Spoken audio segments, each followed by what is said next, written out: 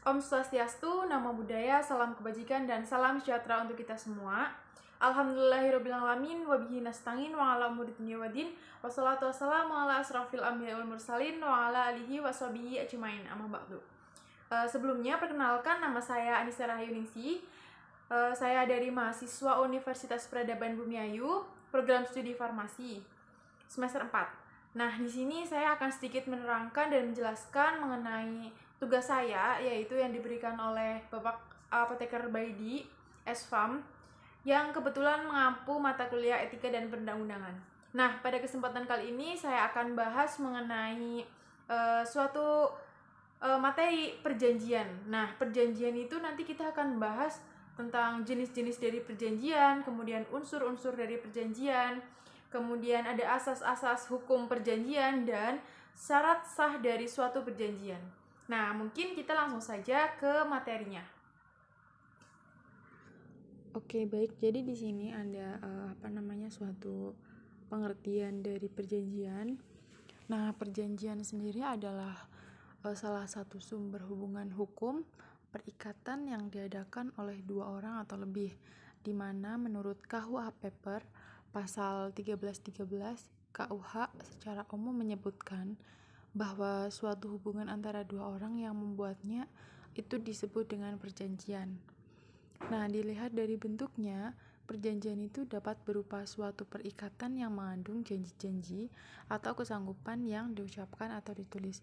Jadi, dilihat secara bentuknya itu dapat dibedakan menjadi dua, yaitu perjanjian yang mengikat atau mengandung janji, atau kesanggupan yang diucapkan atau biasanya ditulis. Kemudian menurut Profesor Sudikno Mertokusumo, perjanjian ini adalah suatu hubungan antara dua pihak atau lebih berdasarkan kata sepakat untuk menimbulkan perikatan. Jadi menurut Profesor Sudikno ini, perjanjian itu adalah atau perikatan itu yang dapat menimbulkan perikatan itu adalah hubungan antara dua orang, dua belah pihak, atau berdasarkan atau lebih berdasarkan kata sepakat. Kemudian ada yang menyebutkan teori klasik merupakan suatu perbuatan hukum yang berisi dua sisi, yaitu penawaran dan penerimaan. Jadi dalam teori klasik ini kita perjanjian itu kayak sebuah dua hukum, perbuatan hukum yang ada dua sisi, yaitu sisi penawaran dan sisi penerimaan, seperti halnya jual beli ataupun antara pasien dengan nakes. Nah, itu yang dinamakan perikatan. Kemudian selanjutnya kita membahas mengenai jenis-jenis dari perjanjian. Di sini ada timbal balik dan sepihak, kemudian percuma dan dengan atas hak yang membebani. Yang ketiga ada bernama dan tidak bernama. Kemudian ada kebendaan dan obligator. Yang terakhir ada konsensual dan real. Jadi dalam jenis-jenis perjanjian ini ada maknanya tersendiri, maksudnya ada pengertiannya sendiri-sendiri. Yang pertama timbal balik. Jadi menurut dari tahun 2001, jenis perjanjian yang pertama timbal balik itu adalah suatu perjanjian timbal balik antara yang menimbulkan kewajiban pokok bagi kedua belah pihak. Misalnya perjanjian jual beli yang saya sebutkan tadi. Kemudian di situ ada perjanjian percuma atau cuma-cuma.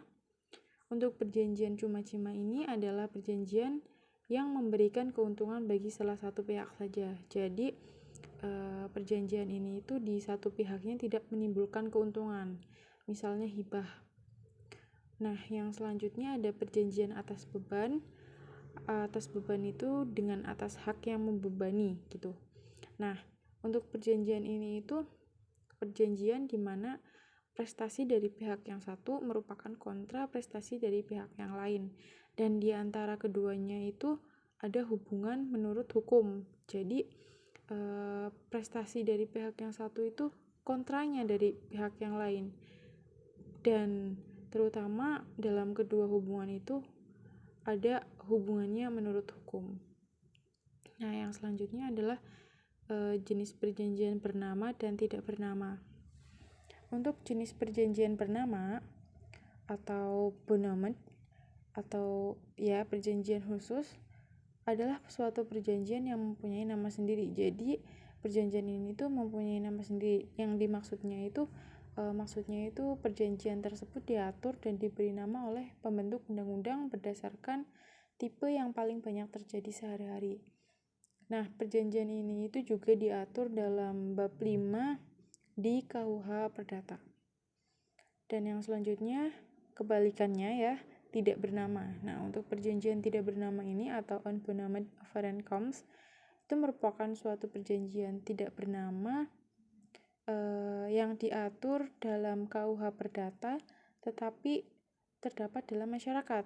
Jadi yang tidak bernama ini adalah perjanjiannya itu tidak diatur di dalam KUHP, namun perjanjiannya ada dalam masyarakat.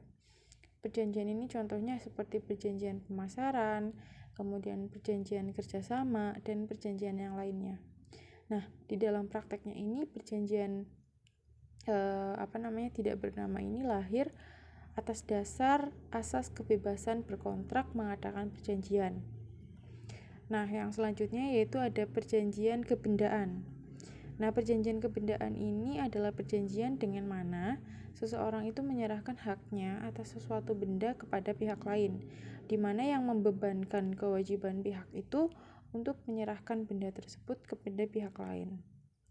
Jadi, ini adalah perjanjian kebendaan merupakan penyerahan hak gitu atas sesuatu benda kepada pihak lain. Jadi menyerahkan bendanya dan haknya kepada pihak lain. Dan yang selanjutnya ada obligator.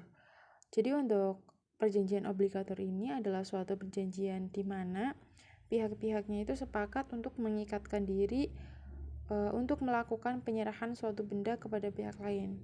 Perjanjian yang menimbulkan perikatan. Jadi untuk perjanjian obligator ini yang pada akhirnya nanti si perjanjian akan menimbulkan perikatan antara dua belah pihak atau lebih gitu. Kemudian yang selanjutnya ada konsensual. Jenis perjanjian ini merupakan perjanjian di mana di antara kedua belah pihak itu tercapai persesuaian kehendak untuk mengadakan perikatan. Jadi adanya kecapaian atau tercapainya persesuaian itu untuk syarat untuk mengadakan perikatan dalam perjanjian konsensual. Kemudian yang selanjutnya ada perjanjian real, di mana perjanjian real ini adalah terdapat di dalam KUHP. Ada juga perjanjian yang hanya berlaku sesudah terjadi penyerahan barang. Kemudian perjanjian ini dinamakan perjanjian real, misalnya perjanjian penitipan barang, pinjam pakai.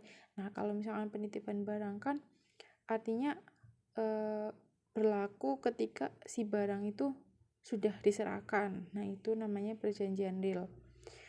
Yang selanjutnya ada beberapa tambahan dari jenis-jenis perjanjian, misalnya perjanjian liberatoire, yaitu suatu perjanjian di mana para pihaknya membebaskan diri dari kewajiban yang ada. Contohnya perjanjian pembebasan hutang. Kemudian ada perjanjian pembuktian. Perjanjian pembuktian ini adalah perjanjian di mana para pihaknya itu menentukan pembuktian apakah yang berlaku di antara mereka. Nah, jadi biasanya ini tertulis. Jadi kayak perjanjian pembuktian itu meminta bukti. Nah, yang selanjutnya perjanjian untung-untungan. Kalau perjanjian untung-untungan ini perjanjian yang objeknya itu ditentukan kemudian, contohnya seperti perjanjian asuransi. Kalau asuransi itu kan kayak misalkan jaminannya apa, jaminannya motor atau apa kayak gitu. Terus perjanjian publik, di mana perjanjian publik ini sebagian atau seluruhnya itu dikuasai oleh hukum publik karena salah satu pihak yang bertindak adalah pemerintah dan pihak lainnya adalah swasta. Contohnya ikatan dinas dan pengadaan barang pemerintahan. Nah, itu termasuk dalam perjanjian publik. Kemudian yang selanjutnya ada perjanjian campuran, di mana perjanjian campuran ini adalah suatu perjanjian yang mengandung berbagai unsur perjanjian. Misalnya pemilik hotel yang menyewakan kamar sewa, tetapi si pemilik hotel juga menyewakan makanan, kemudian juga memberikan pelayanan. Nah, itu termasuk dalam perjanjian campuran. Jadi di dalam perjanjian campuran ini ada beberapa perjanjian-perjanjian lagi begitu.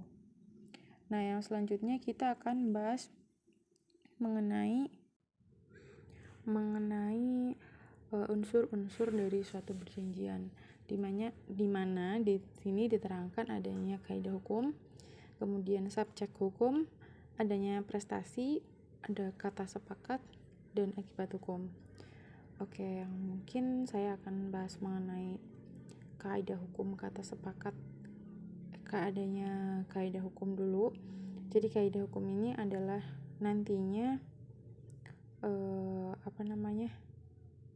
keinginan atau tujuannya itu dibuat dengan mengindahkan ketentuan perundang-undangan, di mana pada umumnya para pihak itu bebas menentukan bentuk suatu perjanjiannya. Namun dalam beberapa perjanjian tertentu, undang-undang telah menentukan bentuk yang harus dipenuhi. Misalnya, untuk pendirian perseroan terbatas harus dibuat dengan akta notaris. Jadi di sini adanya kaidah hukum yang diterapkan. Kemudian yang selanjutnya ada subjek hukum. Subjek hukum ini adalah keinginan atau tujuan para pihak untuk timbulnya akibat hukum. Jadi suatu janji atau pernyataan kehendak tidak selamanya menimbulkan akibat hukum. Terkadang suatu pernyataan kehendak hanya menimbulkan kewajiban sosial atau kesusilaan. Jadi ini itu tidak menimbulkan akibat hukum. Misalnya janji di antara beberapa orang untuk menonton bioskop, apabila salah satu di antara mereka tidak dapat menepati janjinya untuk hadir di bioskop, maka ia tidak dapat digugat di hadapan pengadilan, ya karena ini tidak subjeknya tidak hukum gitu, keinginan atau tujuan para pihak. Kemudian adanya prestasi. Nah, selanjutnya ada akibat hukum. Jadi untuk akibat hukum ini untuk kepentingan pihak yang satu dan atas beban yang lainnya atau timbal balik. Akibat hukum yang terjadi adalah untuk kepentingan pihak yang satu dan atas beban terhadap pihak yang lainnya atau bersifat timbal balik. Di mana yang perlu diperhatikan adalah akibat hukum dari suatu perjanjian ini hanya berlaku bagi para pihak dan tidak boleh merugikan pihak ketiga. Jadi dalam unsur perjanjian di akibat hukum ini yang sangat penting atau yang sangat perlu diperhatikan adalah di mana ketika akibat hukum dari suatu perjanjian ini tidak berlaku bagi para pihaknya dan tidak boleh merugikan pihak ketiga. Nah, pengertian ini termasuk dalam pasal 1340 KUHP. Dan yang selanjutnya ada kata sepakat, di mana kata sepakat yang tercapai harus bergantung kepada para pihak. Kehendak dari para pihak saja tidak cukup untuk melahirkan suatu perjanjian, di mana kehendak tersebut harus dinyatakan, sehingga setelah para pihak saling menyatakan kehendaknya dan terdapat kesepakatan di antara para pihak, maka akan terbentuklah suatu perjanjian di antara mereka.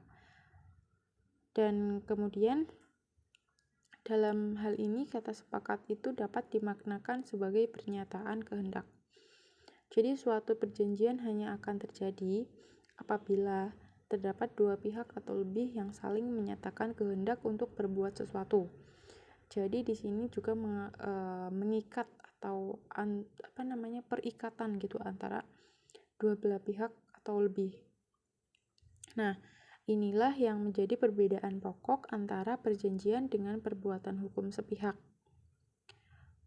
Pada perbuatan hukum sepihak, pernyataan kehendak hanya berasal dari satu pihak, sehingga perbuatan hukum sepihak ini seperti membuat surat wasiat dan mengakui anak luar kawin tidak termasuk ke dalam perjanjian.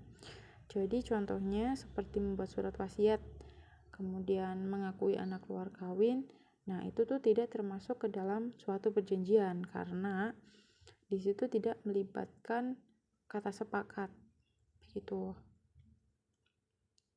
Mungkin itu penjelasan untuk unsur-unsur dari suatu perjanjian. Adanya kaidah hukum, subjek hukum, prestasi, kata sepakat, akibat hukum. Kemudian yang selanjutnya dilanjut dengan asas-asas dari asas-asas hukum perjanjian. Jadi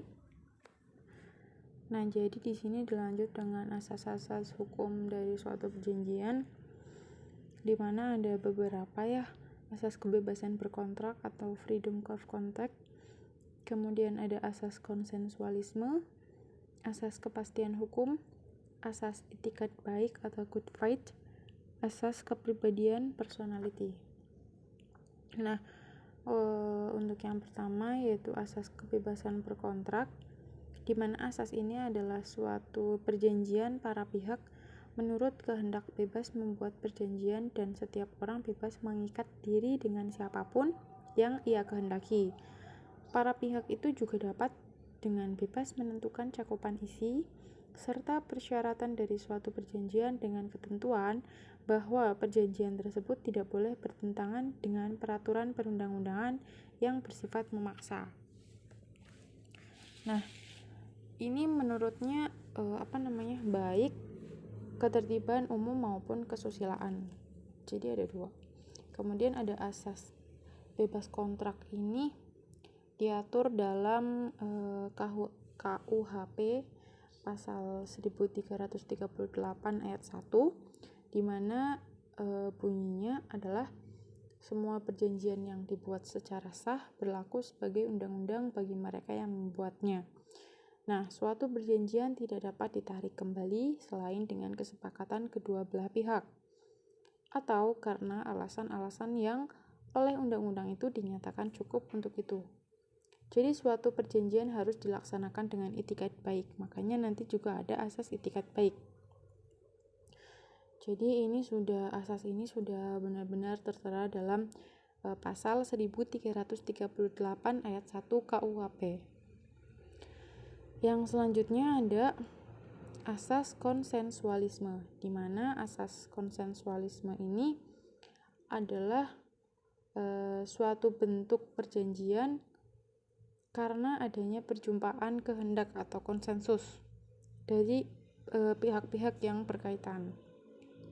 Jadi perjanjian pada pokoknya itu dapat dibuat bebas, tidak terikat bentuk dan tercapai tidak secara formal, tetapi cukup melalui konsensus belaka. Jadi perjumpaan antara dua belah pihak itu konsensus. Pada asas konsensualisme ini juga diatur dalam pasal 1320 ayat 1 KUH Perdata, yang berarti bahwa pada asasnya perjanjian itu timbul atau sudah dianggap lahir sejak detik tercapainya konsensus atau kesepakatan. Nah, jadi asas konsensualisme ini sudah dianggap lahir. Jadi adanya lahir ketika tercapainya perjanjian atau kesepakatan di antara dua belah pihak hanya dengan adanya perjumpaan kehendak. Begitu. Kemudian yang selanjutnya ada asas kepastian hukum. Asas kepastian hukum atau pax servanda yaitu suatu asas yang adalah suatu kontrak yang dibuat secara sah oleh para pihak mengikat para pihak tersebut secara penuh sesuai isi kontrak tersebut. Mengikat secara penuh suatu kontrak yang dibuat para pihak tersebut oleh hukum kekuatannya sama dengan hukum mengikat undang-undang. Jadi asas kepastian hukum ini sangat berkaitan dengan hukum. Jadi ada hubungannya erat dengan hukum. Kekuatan hukumnya itu sama dengan kekuatan hukum untuk mengikat undang-undang. Nah, ini juga asasnya tercantum pada KUHP pasal 1338 ayat 1 yang berbunyi semua perjanjian yang dibuat secara sah berlaku sebagai undang-undang bagi mereka yang membuatnya.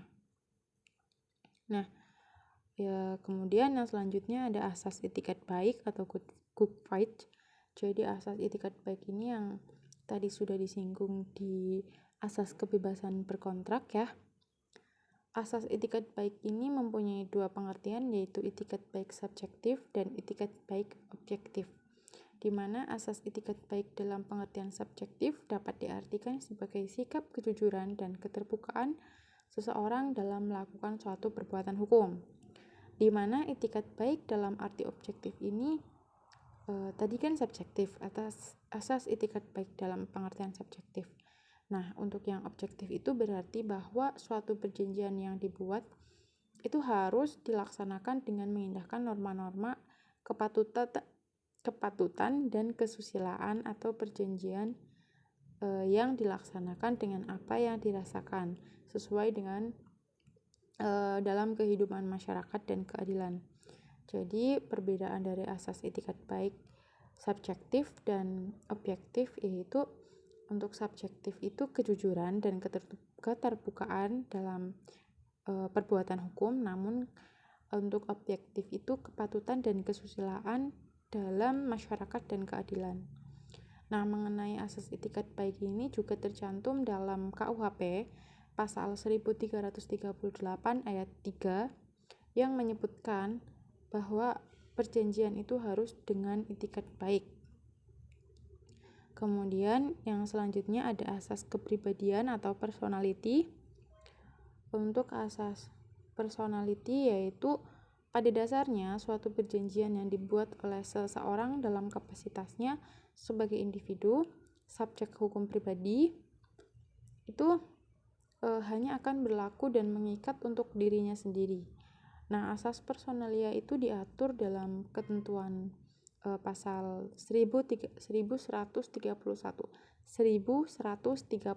KUH Perdata yang berbunyi, segala kebendaan milik debitur, baik yang bergerak maupun tidak bergerak, baik yang sudah ada maupun yang baru akan ada atau akan ada di kemudian hari, itu akan menjadi tanggungan untuk segala perikatan seseorang. Jadi sudah sangat jelas di dalam KUH Perdata bahwa benda milik debitur, kemudian yang bergerak maupun tidak bergerak, kemudian yang sudah maupun belum, maksudnya kayak opening, yang akan datang, itu menjadi tanggungan segala perikatan. Jadi menjadi tanggungan semua orang begitu. Yang masuk dalam suatu ikatan tersebut. Nah, itu mungkin asas-asas hukum suatu perjanjian. Ada kebebasan, konsensualisme, bekasan sarvenda, cookfight, dan personality. Kemudian yang selanjutnya yang akan kita bahas mengenai syarat sah dari suatu perjanjian. Syarat sah dari suatu perjanjian ini ada beberapa ya. Ada sepakat, cakap, satu hal tertentu, dan sebab yang halal. Nah, untuk yang pertama, adanya persetujuan kehendak antara pihak-pihak yang membuat perjanjian atau konsensus. Berarti persetujuan kehendak adalah kesepakatan seia sekata pihak-pihak mengenai pokok dari suatu perjanjian. Jadi sekata itu satu kata kayak mempunyai satu tujuan begitu. Apa yang dikehendaki oleh pihak yang satu juga dikehendaki oleh pihak yang lainnya. Persetujuan kehendak itu sifatnya bebas, artinya tidak ada paksaan, khilafan ataupun penipuan. Kemudian adanya kecakapan pihak-pihak untuk membuat perjanjian. Cakap. Kedua, cakap, di mana pada umumnya orang itu dikatakan cakap melakukan suatu perbuatan hukum apabila ia sudah dewasa. Artinya sudah mencapai umur 21 tahun atau sudah kawin walaupun belum 21 tahun. Berarti umur-umur yang 19 tahun, 20 tahun itu sudah bisa dikatakan atau dapat melakukan perjanjian. Maksudnya cakap, udah dikatakan cakap dan bisa melakukan perbuatan hukum apabila ya umurnya sudah segitu. Kemudian yang selanjutnya ada suatu hal tertentu atau objek. Jadi untuk objek ini merupakan pokok dari suatu perjanjian, seperti objek perjanjian, prestasi yang wajib dipenuhi.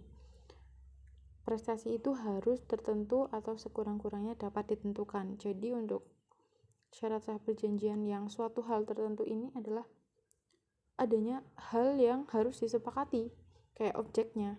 Jadi suatu hal ini itu akan menjadi merupakan pokok dari perjanjiannya.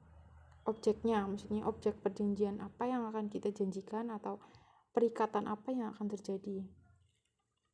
Nah, yang selanjutnya ada suatu sebab yang halal atau legal causa. Legal causa ini kita ambil dari kata kausanya terlebih dahulu. Jadi kata causa itu berasal dari bahasa Latin, artinya sebab. Ya, sebab legal, sebab yang halal atau legal causa. Nah, sebab ini adalah suatu yang menyebabkan orang itu membuat perjanjian, kemudian mendorong orang itu membuat perjanjian. Sebabnya, contohnya seperti kita membutuhkan uang dan benar-benar sangat-sangat kepepet misalkan.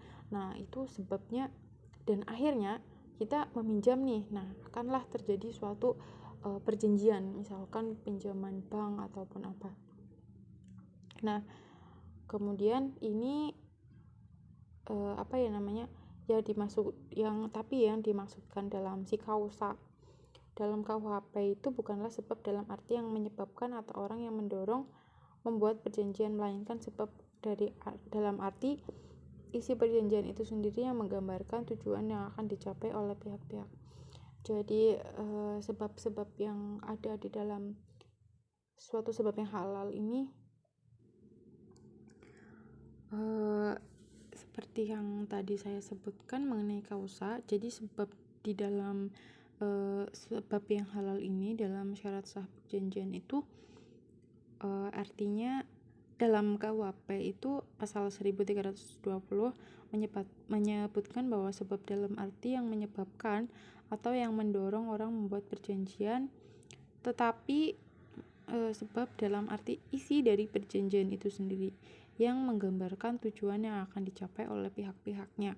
Jadi bukan penyebab dari kita membuat suatu perjanjian, tetapi isi dari perjanjian itu sendiri yang di situ ada gambaran tujuan yang akan dicapai oleh pihak-pihaknya atau kedua belah pihak yang membuat perjanjian itu apa saja begitu. Nah, itu ada syarat sah perjanjian, sepakat, cakap, suatu hal tertentu, sebab yang halal. Begitu. Nah, baik, jadi semuanya sudah kita bahas mengenai dari materi perjanjian. Nah, jadi tadi perjanjian pengertiannya, kemudian ada jenis-jenis perjanjian. Jenis-jenis perjanjian menurut dari situ tadi ada sekitar 10. Yang pertama perjanjian timbal balik, kemudian perjanjian cuma-cuma atau percuma, perjanjian atas beban, perjanjian bernama, dan perjanjian tidak bernama. Kemudian ada perjanjian obligator, kemudian perjanjian kebendaan, perjanjian konsensual, kemudian perjanjian real, serta perjanjian liberatoir, dan perjanjian pembuktian. Ada perjanjian untung-untungan, kemudian perjanjian publik, serta perjanjian campuran. Untuk yang campuran tadi yang misalnya hotel ya, kayak dalam suatu perjanjian itu melibatkan perjanjian-perjanjian yang lain di dalamnya. Kemudian ada asas-asas perjanjian, misalnya asas konsensualisme, asas kebebasan berkontrak, asas personalia, kemudian asas etikat baik, dan asas pacta sunt servanda. Dan syarat-syarat perjanjian juga tadi ada beberapa. Syarat persetujuan, kemudian kecakapan dari pihak-pihak untuk membuat perjanjian atau cakap. Kemudian ada asas suatu hal tertentu atau adanya suatu hal tertentu atau objek. Kemudian ada suatu sebab yang halal atau legal causa, dan ada unsur-unsur juga adanya kaidah hukum, adanya kata sepakat, sajak hukum serta akibat hukum. Ya, mungkin udah lengkap mengenai materi perjanjian. Nah, baik, itu saja mungkin yang dapat saya sampaikan. Bila ada kesalahan dan kurang lebihnya saya mohon maaf. Billahi taufiq wal hidayah. Wassalamualaikum warahmatullahi wabarakatuh.